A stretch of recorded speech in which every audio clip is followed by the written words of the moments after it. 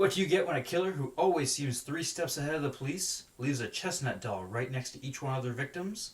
You get The Chestnut Man by Soren Sveistrup.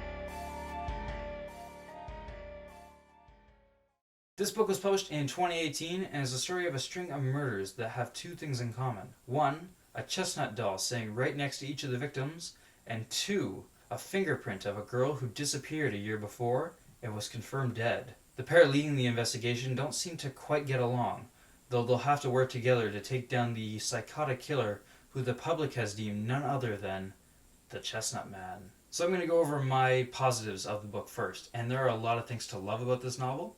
The first thing is I do enjoy the premise of this book. Even though it's not necessarily original, I do have a soft spot for these kind of stories. And that is the stories where killers will go around leaving a single main clue for the detectives and investigators to find. And much like the last book I reviewed, Adam by Ted Dekker, that killer left a word on each of the walls beside the victim, and that word was Eve.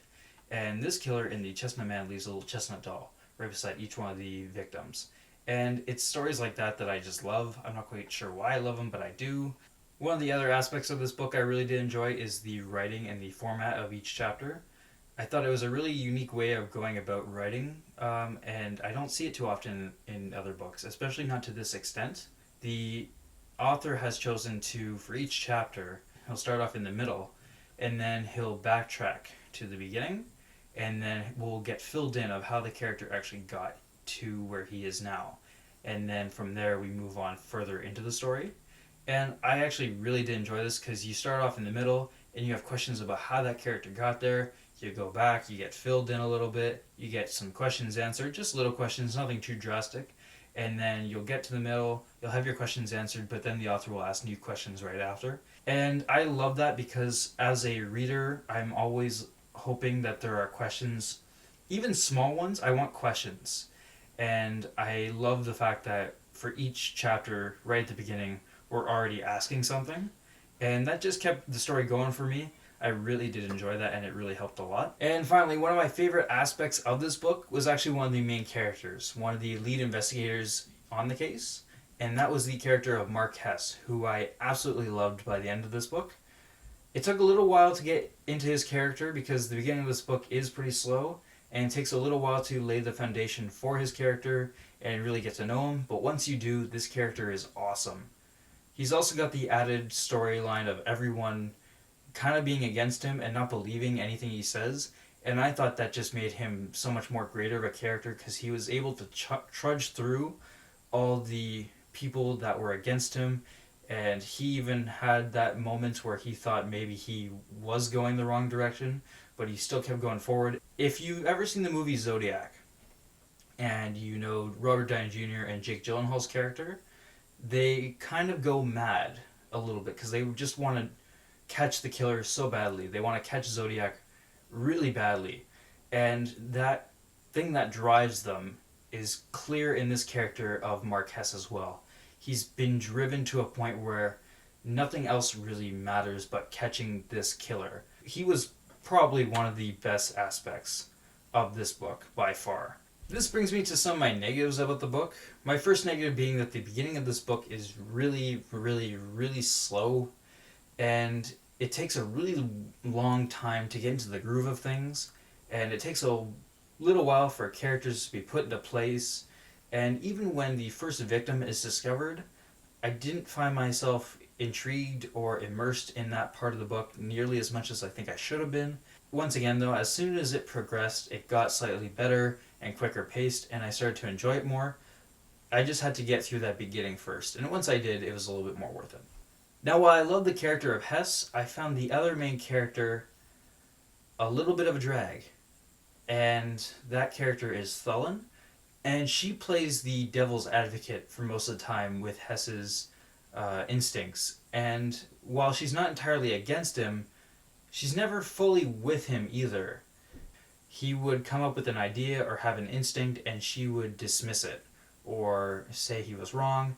And this could work from the beginning of the novel as they're trying to get in sync and trying to discover each other's strengths and weaknesses, but it kept going, and I kept finding myself a little bit more annoyed with her each time she did this because while I liked where Hess was going and what Hess was trying to do and the roads he took to finding out who was behind all this, she kept being behind him going, that's not it, that's not it, that's not it. And it just kind of got on my nerves a little bit. So I really didn't enjoy this character as much as I probably should have. I always seem like I have gripes with the final twist of a novel, and this book is no exception. I definitely have a lot of issues with it. But to give you the spoiler free summary of my issues with the twist, the author chooses to do a writing style that, if you look hard enough, you can kind of discover who's behind it all. And unfortunately, that took a lot away from the mystery aspect of me wanting to try to figure out who did it. Because as soon as you cue into that writing strategy that this author chooses, it's pretty noticeable. And I found for most of the book, I knew what was going to happen because of that. I apparently have a lot to talk about with this book, and there is still one more negative aspect that kind of irked me.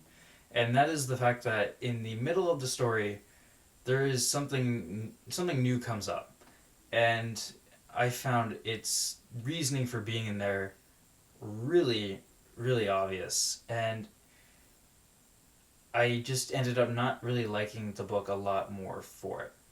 Basically, in the beginning, there's all these things set up that hint to the murderer and what the murderer is doing, and you are left with all these questions of, okay, he did that, I wonder how he did all this. And then the author in the middle goes, okay, well, some of that stuff is actually for this little lesser reason, and this clears a lot of this up right from the middle. Even if its goal was to trick us in a little bit, it just felt like we had all these things set up at the beginning. They should really be for the end, and I didn't care for that as much. Did I enjoy this book? Yes. I enjoyed a lot of the characters and a lot of the elements from this book and ended up having a really fun time with it. Did the book take a really long time to get to the interesting parts? Yes. And do I recommend this book? Possibly. If you're a fan of the thriller and mystery genre and you love the kind of stories where the killer leaves a significant clue, then I would recommend checking this out. I'm going to give this book 3 out of 5 stars. It's definitely not a bad book, and it's written really, really well. It just wasn't for me, and I had a hard time getting into it. So that is my review of The Chestnut Man. Look forward to more reviews pretty soon. And in the meantime, read on, and remember to pick up a book recommended to you by the Bloody-Bookkeeper.